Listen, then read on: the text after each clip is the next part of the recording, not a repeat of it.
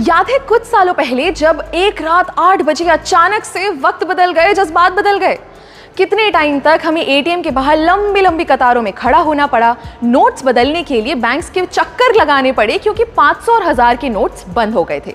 अब उस समय की परेशानी को आप और मैं बहुत अच्छे से जानते हैं और जाहिर है कि तब से हम हर तरीका आजमाते हैं कि उस सिचुएशन में वापस ना जाना पड़े। मगर अगर उस समय हम ब्लॉकचेन टेक्नोलॉजी यूज कर रहे होते तो शायद उतना नुकसान नहीं सहना पड़ता। नमस्कार, स्वागत है आपका जी के डिजिटल शो पर। मैं हूं पलक यादव और आज हम बात करेंगे क्रिप्टो करेंसी के एक बहुत अहम पहलू पर जिसका नाम है ब्लॉकचेन। अब क्रिप्टो तो हम समझ गए, मगर ये सवाल आपके मन में जरूर आया होगा कि आखिर जितनी भी क्रिप्टो से होने वाली ट्रांजैक्शंस हैं उनका रिकॉर्ड कैसे रखा जाता है या उन्हें सिक्योर कैसे किया जाता है, या जो हमने क्रिप्टो के डिसेंट्रलाइज्ड होने की पिछले वीडियो में बात की थी, आखिर वो कैसे पॉसिबल है। इस सब का एक ही जवाब है ब्लॉकचेन।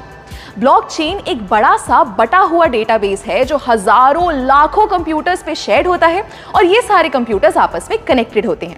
आसान भाषा में कहें तो जैसे एक दुकानदार अपने पास एक रजिस्टर बना के रखता है ना कि कितना राशन आया, कितना बिका, ठीक वैसे ही ब्लॉकचेन एक डिजिटल रजिस्टर की तरह होता है।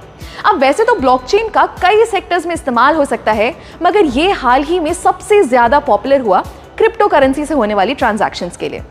वैसे तो ब्लॉकचेन एक एक्सपेरिमेंट के तौर पर 1991 में आया था, मगर इसका इस्तेमाल शुरू हुआ 2009 में जब बिटकॉइन आया। जी हाँ, कुछ सुना सुना लगा। सातोशी नाकामोटो ने जब 2009 में बिटकॉइन शुरू किया, तब ही बिटकॉइन के आसपास उन्होंने ब्लॉकचेन का कॉन्सेप्ट यूज किया। चलिए इसको जरा ऐसे समझते हैं। फर्ज कीजिए आपने बिटकॉइन से कुछ खरीदा या बिटकॉइन खरीदा, तो ये जो ट्रांजैक्शन हुई, ये इंफॉर्मेशन एक ब्लॉक के फॉर्म में बन के सेव हो गई। फिर आपने उस बिटकॉइन को बेचा तो फिर से एक ब्लॉक बन गया। अब ऐसे ही आप जितनी बार ट्रांजैक्शंस करेंगे तो उसका एक ब्लॉक बनता जाएगा और वो सारे ब्लॉक्स एक चेन से जुड़ते जाएंगे, इसलिए इसका नाम है ब्लॉकचेन। सिंपल।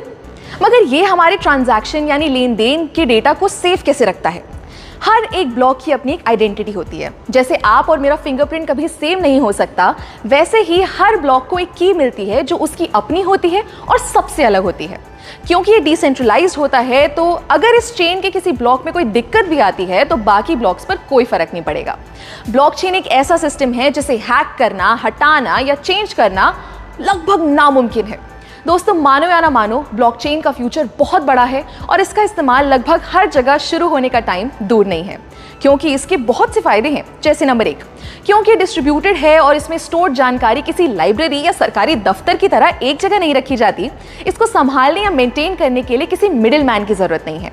दूसरा, ब्लॉकचेन एकदम ट्रांसपेरेंट है, यानी आप और मैं कभी भी इसको एक्सेस कर सकते हैं और अपनी ट्रांजैक्शंस पर नजर रख सकते हैं, जिससे फ्रॉड के चांसेस बहुत कम हो जाते हैं। तीसरा, ब्लॉकचेन पर हर इंफॉर्मेशन को बहुत आसानी से ट्रेस किया जा सकता है, यानी पुरानी से पुरानी ट्रांजैक्शन को भी हम देख सकते हैं। चौथा, ये टेक्नोलॉजी एकदम फास्ट है। हर चीज का लिखा हुआ रिकॉर्ड बनाने में बहुत टाइम और मेहनत लगती है, मगर वही जानकारी को अगर ब्लॉकचेन के जरिए सेव करें तो वो बहुत आसानी से और बहुत जल्दी हो जाएगा। और आखिरी, जैसा मैंने पहले भी बताया कि ये बहुत सेफ है, तो आप टेंशन फ्री होकर इसका इस्तेमाल कर सकते हैं। क्या आपको पता है, बहुत से भारतीय बैंक्स ने इस ब्लॉकचेन टेक्नोलॉजी को ऑलरेडी यूज करना शुरू कर दिया है, जैसे ई-केवाईसी के लिए, ई सिग्नेचर के जरिए ऑनलाइन डॉक्यूमेंट्स या कागजात वेरीफाई करने के लिए, कमर्शियल लेटर्स बनाने के लिए इत्यादि। हमारी प्लानिंग कमीशन यानी नीति आयोग ने भी ब्लॉकचेन पर व्हाइट पेपर पब्लिश कर दिया है, जिसमें ई गवर्नेंस को लेकर इसके इस्तेमाल की बात की गई है। एक मजे की बात बताऊं, 2010 में पहली बार फ्लोरिडा के एक आदमी ने 10,000 बिटकॉइन से 2 पिज्जा खरीदे थे, और आज एक बिटकॉइन की अगर कीमत लगभग 15 लाख रुपए है, तो अनुमान लगाइए 10,000 बिटकॉइंस की कीमत क्या होगी।